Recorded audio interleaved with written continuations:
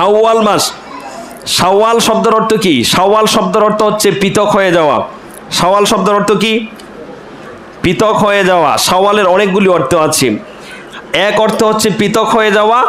শাওয়াল মাসের আরেকটা অর্থ হচ্ছে উঁচু, উপরে তোলা বা উপরে ওঠা। বিচ্ছিন্ন হয়ে যাওয়া, পৃথক হয়ে যাওয়া, আনন্দ করা, উপরে ওঠা। আরবি শব্দ তো একটা শব্দের অনেকগুলি অর্থ থাকে। তো শাওয়াল মাস নাম রেখেছেন, এর কয়েকটা অর্থ আছেন। তো বললামই আনন্দ করা, উল্লাস করা। যেহেতু এই মাসে ঈদ উল ফিতরের নামাজ পড়া হয়, এই জন্য এই মাসকে কী বলা হয়? শাওয়াল মাস বলা হয় বা আনন্দের মাস বলা হয়। কথা বুঝতে পেরেছেন? জাহিলি যুগের লোকেরা শাওয়াল মাস আসলেই তারা বাড়ি থেকে বেরিয়ে পড়তেন আনন্দ উল্লাস করার জন্যে। শাওয়াল মাসকে বলা হয় বিচ্ছিন্ন হয়ে যাওয়ার মাস। মানে ওই মাসে তারা শিকার করার জন্য বন জঙ্গলে সকলেই বাড়ির থেকে বিচ্ছিন্ন হয়ে যেতেন, ছড়িয়ে পড়তেন। এই জন্য এই মাসকে কি বলা হয়?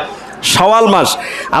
আবার এই মাসে শাওয়াল মাসের নামকরণ করার আরেকটা কারণ হচ্ছে এই মাসে পশু আছে না, যা পশু, গাবি, উট, যত পশু দুধ দেয় সকল পশুর দুধ কমে যায়। দেখবেন আপনারা কারো যদি গাই বাছুর থাকে, ছাগল থাকে, দেখবেন এখন দুধ কম দিবে।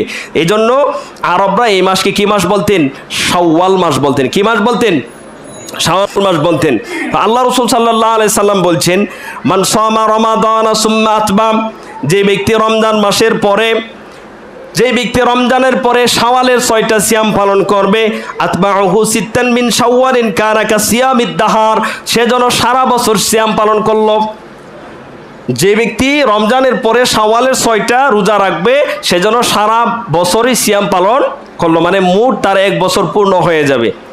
এখানে মূল হাকিকতটা কি, রহস্যটা কি? রহস্যটা হচ্ছেন আল্লাহ রাব্বুল আলামিন বলছে সূরা আনাম 160 নম্বর আয়াতে আল্লাহ বলছেন, মান জাআ বিল হাসানাতি ফালাহু আশারু আমসালিহা।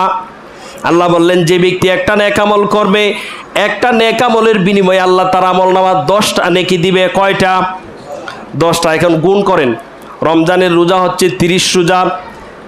একটা রোজা করলে যদি 10টা নেকি দেয়, তাহলে 30-এ 10 দিয়ে পূরণ দেন, কত হয়? 300।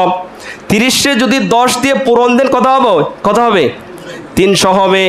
তাহলে আপনার কত হলো? 300 হয়ে গেল। রইল 6। যদি শাওয়াল মাসের 6টা সিয়াম রাখেন, প্রত্যেকটা সিয়ামের বিনিময়ে, একদিনের বিনিময়ে যদি আল্লাহ আপনাকে 10টা নেকি দেয়, তাহলে 6 10-এ কত? 60। কত হয়েছে? 360। 360 দিন হচ্ছে আরবিতে বছর। তাহলে আপনি যদি রমজানের 30 রোজা 300, আর এমন হচ্ছে শাওয়ালের 6 রোজা হচ্ছে 60, মানুষের 360 আরবিতে বছর হয় 360 দিনে। তাহলে আপনার 1 বছর পূর্ণ হয়ে গেল। যারা পারবেন তারা রাখবেন। তাহলে আমি মোট আজকে আমি যে বিষয়টা আলোচনা